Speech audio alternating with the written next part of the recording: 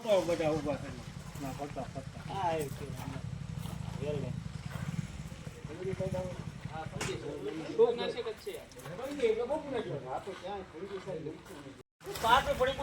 Meeting ચાલુ થાય છે ભાઈ મરચીની.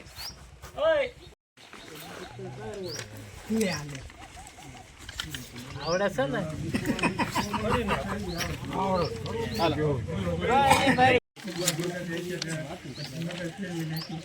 ભૂમિ કક્ષા ક્રાંતિ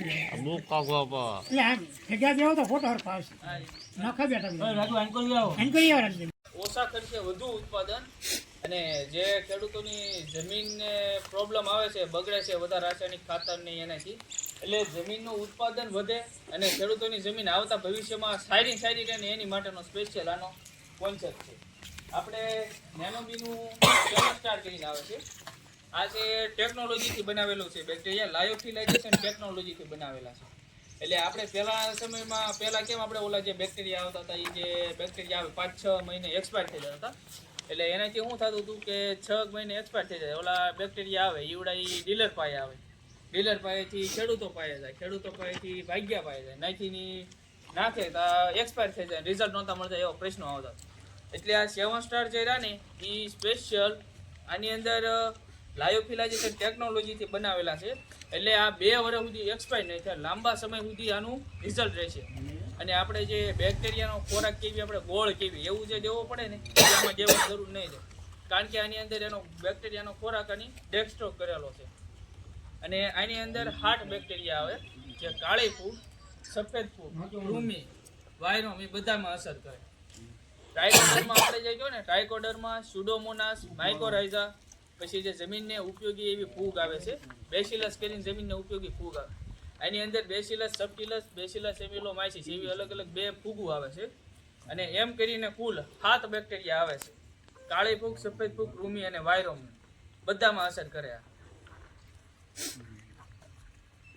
અને આ છે વામ, માઇકોરાઇઝા. અને આ માઇકોરાઇઝાનું કામ છે આપણે તંતુમૂળનો વિકાસ કરવાનું, જે અલભ્ય સ્વરૂપમાં ફોસ્ફરસની લભ્યતા વધારે. સ્પેશિયલ આ તે લાયોફિલાઇઝેશન ટેકનોલોજીથી બનાવેલા છે. ને આપણે ખેડૂત મિત્રો બધા ખાતર તો ટોડલિંગ વાપરે છે, પાયામાં બધે રાસાયણિક ખાતરો ભરપૂર વાપરે છે. પણ જે રાસાયણિક ખાતર જમીનમાં તમે જે વાપર્યું હોય એ જમીનમાં એમને પીડ્યું હોય અલભ્ય સ્વરૂપમાં. આ એનપીકેના બેક્ટેરિયાનું કામ શું છે કે જે જમીનમાં પીડ્યા હોય ને જે ખાતર, અને અલભ્યમાંથી લભ્ય સ્વરૂપમાં ફેરવવાનું કામ કરે.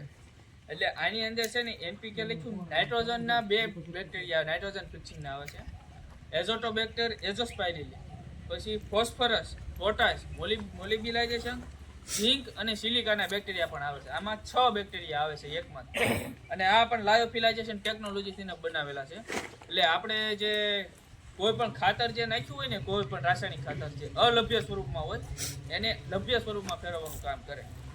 પણ આ તમે જ્યારે બેક્ટેરિયા વાપરો ને ત્યારે ધ્યાન એટલું રાખવાનું કે સ્પેશિયલ આ જે આપ્યા પહેલાં બેક્ટેરિયા આપ્યા પહેલાં 7 થી 10 દિવસ રાસાયણિક ખાતર નહીં આપવાનું, અને આપ્યા પછી 7 થી 10 દિવસ રાસાયણિક ખાતર આપવાનું નહીં. એટલે વચ્ચે 7 થી 10 થી 15 દિવસનો ગાળો પડવો. નકર આ જે બેક્ટેરિયા હોય ને એની અંદર જે એની ક્રિયા હોય ને 7 થી 10 દિવસમાં શરૂ કરી દે, નકર એ નાશ પામે. અને એવી જ રીતે આપણું આ છે બી ચાર્જર, બી સિક્કો. આપણે જે કીધું બી સિક્કો જે છે ને બ્લાડ, ટપકા અને એની માટેનું છે. અને આ છે બી ચાર્જર. આ બી ચાર્જર આપણે કેવી વાત કરી લીધી. આપણે કહેવત છે, ખેડૂત ખોટી થાય, ખોટ થાય પણ ખોટી ન થાય. એ કહેવતમાં જોવા જઈએ તો થોડુંક બદલાવ લાવવાની આપણે જરૂર છે. એટલે કે ખોટી થવાનું છે ને ખોટ નથી ખાવાની. કઈ રીતે? તો પણ ગામમાં જ્યાં પણ નાની અમથી કંપનીની, કોઈ પણ કંપનીની સીડ્સ વાળાની હોય કે પેસ્ટિસાઇડ વાળાની મિટિંગો હોય તો થોડોક જવાનો આગ્રહ રાખવો. જેના કારણે થઈને તમે ભલે બધી માહિતી ન લો, પણ તમારે ખેતી સંબંધિત ઘણી એવી માહિતી છે કે તે તમારે ફાયદો કરશે. ખેતીમાં ઉત્પાદન લેવામાં કયા રોગ કયા સમયે આવે, કઈ દવા કયા સમયે છાંટવી, એમાં તમારે કામ કરે માહિતી જે કંપનીવાળા સાહેબ જે બહારથી આવીને આપી હોય. એટલે મિટિંગમાં જવાનો થોડોક આગ્રહ રાખવો. ગામમાં મિટિંગો થાય લગ્ન પડ્યા મિટિંગ આવે હા હાથું થાય. એટલે હવે લાંબી મિટિંગની વાત તો નથી કરવી. હું ધાનુકા કંપનીમાં બોટાદમાં કામ કરું છું. બોટાદ ગરડા એ તાલુકા હું અત્યારે સંભાળી રહ્યો છું. ધાનુકા કંપની, આપણે ધાનુકા કંપનીની પણ નવી એક પ્રોડક્ટ ધાનુકાવાળા બહાર પડી છે લાનેવો. જે લાનેવો મરચીમાં થ્રીપ્સ, નોર્મલ કથેરી, ઈયર, સફેદ માખી, લીપ માઇનર બધી વસ્તુમાં ટોટલિંગ હોય 100% કામ કરતી વસ્તુ છે. થ્રીપ્સમાં એટલે કે ભૂરી નવું મારા હાલે વખત જાય ઉભા રહ્યો. આ પકડી નામ